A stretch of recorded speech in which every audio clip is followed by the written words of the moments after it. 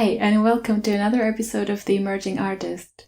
I'm Iris, and I'm really excited today because I'm talking about a topic that is fairly new to be talked about, and it's something that I wasn't aware of for the longest time. And since I have been aware of that and there's a name for it, I feel so much more equipped to tackle it. So today I'm talking about imposter syndrome, and imposter syndrome is something that affects creatives a big deal, but you could feel imposter even if you're not in the creative industry. So I hope that some things that I share with you today are useful for you in general. And just a small kind of disclaimer, I'm not going to be overly analyze imposter syndrome because there are so many resources out there, so many analytical views on that, and so many seminars, so much information out there. So I'm not going to give you the full breakdown of it, but I'm going to give you hopefully some things that give you a new perspective and some kind of easy tips on how to manage that and how to tackle that. Let me paint a picture before I go on and give a definition for the imposter syndrome. Have you ever felt that you are not equipped, you're not trained, or you're not qualified enough to do a job, to do a project? And have you, if you're called in for a role, have you ever felt that you're not ready for it? You're not well prepared, you're not well informed, and you start feeling like really guilty about having that opportunity, and you sort of start feel that somebody else could do the job better than you, and that creates like so much anxiety and so much fear around starting something new or stepping into a big opportunity for you, or really going out and seek out these opportunities. If you felt like this, and chances are that you will have, as I have many times in my career and many times in my life, my friend, you've got imposter syndrome. So it's really important to recognize that, and it's really important to call that out because it's the first step towards tackling that. There's been many occasions in my life where I was brought into a project to do a role I hadn't done before, or a role that I had done before but I didn't get the title for. So I was doing like everything in the job description, if you will, but I didn't have that title. Something like I was choreographing without being called a choreographer, for example.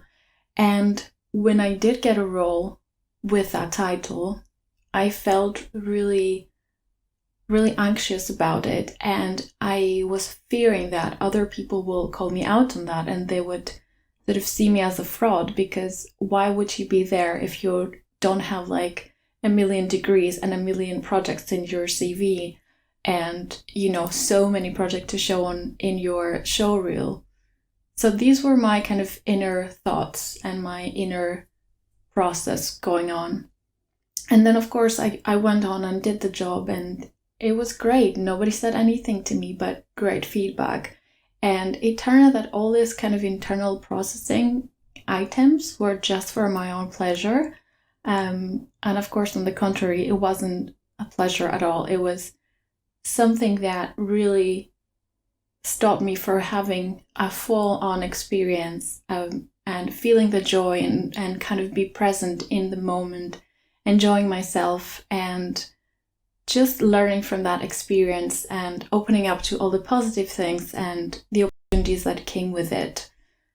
So instead of that, I was feeling really anxious, and I was feeling really guilty, and I was feeling really small, which was not ideal.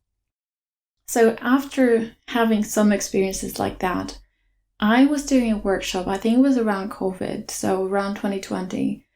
I did a workshop with MAA, so it's like a marketing organization. And one of the topics of this seminar, it was like a multi-day thing, was imposter syndrome and how it stops people from realizing their goals, and it stops people from feeling empowered and feeling fulfilled and feeling really confident about going on and seeking out new opportunities. But today I'm focusing on the imposter syndrome as an artist, and I must say that it's really common to get imposter syndrome as an artist because art is subjective, so everybody has an opinion on your work and project and, you know, career and your creative practice. And not only is it subjective, but it's also very public. So we put our work on social media, we share with like in public with performances or films or whatever your medium is. So it is being seen and experienced by many people, and those many people have opinions of their own. So it's a good and bad combo. And not only this, we are such sensitive human beings, and we take in so much because we're also empathetic and we feel a lot of feelings to be able to be artists. So these are amplified, and if you feel a little bit of an imposter syndrome, when you add all these layers and all these parameters, it just becomes quite impossible to tackle it on your own. There's also so much competition and so many toxic traits in that industry, which sadly affects all of us.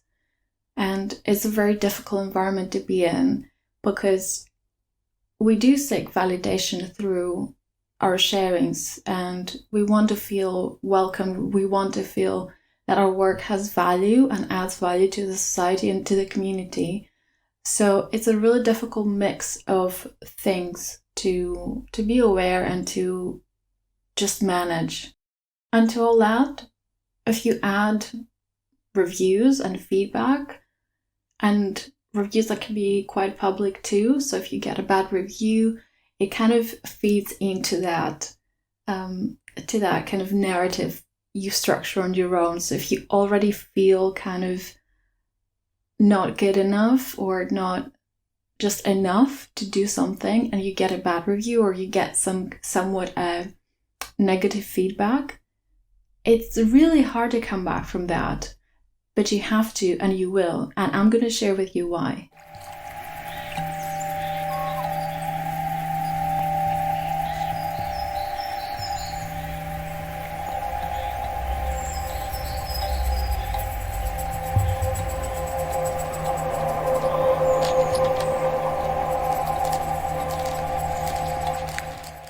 Apparently there's 5 types of imposter syndrome, and I didn't know. I had to Google that, but you can go ahead and Google which type maybe sounds like you. But in a nutshell, the 5 types are the soloist, the perfectionist, the natural genius, the expert, and the superhuman. And all of these have traits that are not helpful, in my opinion. So it would be a person that wants to do everything by themselves. They never seek out for help. They think that if they prepare for the most time and they get all the degrees and qualifications and they're so ready, that is the perfect time for doing something, for starting something, for taking everything a step further. And then there's something about feeling that you have to be a natural talent to do something, or you have to be a genius, or you have to be the absolute best of all. There's, again, someone who cannot say no to anyone because they want to please everyone around them, and they take on all the projects, and eventually they feel burnt out from that. And of course, in that mix, there's the person who sets very, very, very unachievable high standards for themselves, and they get discouraged if they don't achieve them.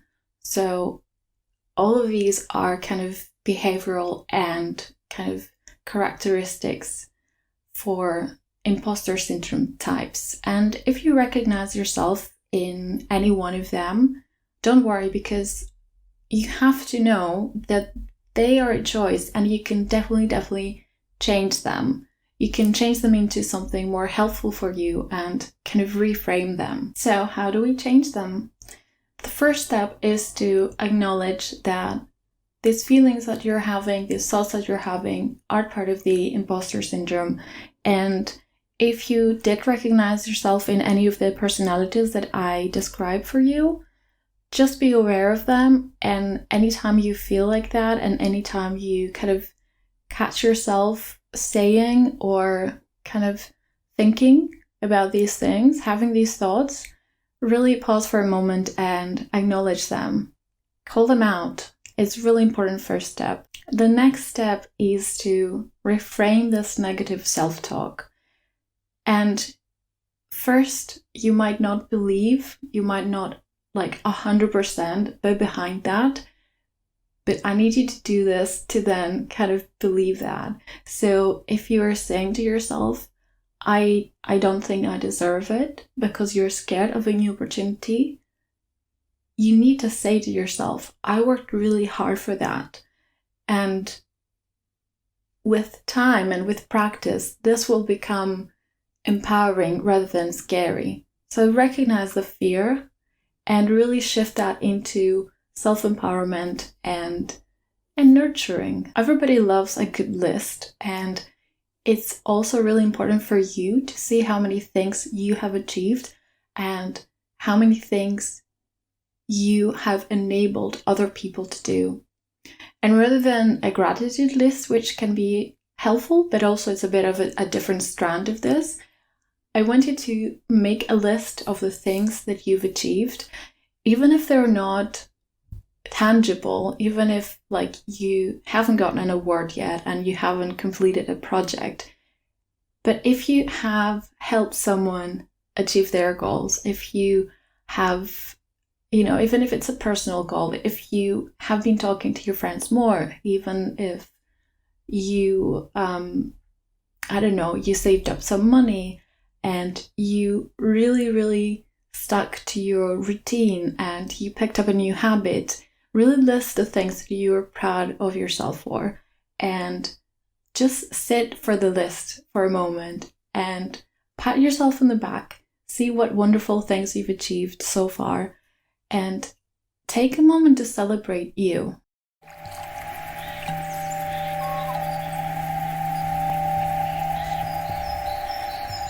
I mention this in almost every episode, that community is so important and you need to share the load. So if you have thoughts like that, trust me, everyone has them. So really seek out help and support from your community, and maybe advice too. This exchange, this sharing of emotions, of thoughts, really helps kind of nurture the relationship with your community, and it really helps with strengthening the bond. So allow yourself to be vulnerable and share that you've been feeling kind of scared and you've had kind of imposter syndrome thoughts, and I am telling you, you won't be surprised that many people will be like, yeah, me too. So there's something really powerful about sharing this experience with the community, and I will share maybe in the next kind of episodes how to find a community or how to form a community.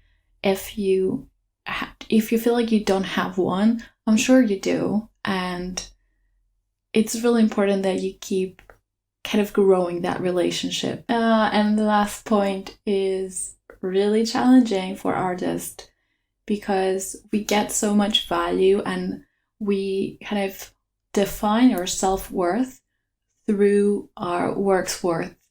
But it's really important to take a moment and be aware of that and try to separate your self-worth from your work's value or your work's appeal to society, to the community. I'm not going to say anything further on this point. I'm going to have you sit with that for a moment.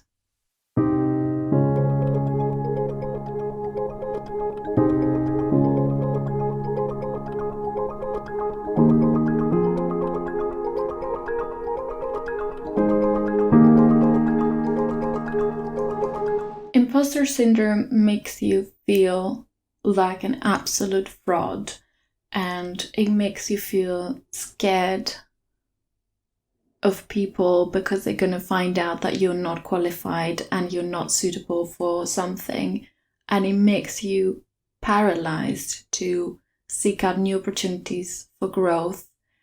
But I wanted to ask yourself, how am I ever going to progress and grow and learn if I stay put, if I don't do anything that's a little bit scary and a little bit out of my comfort zone?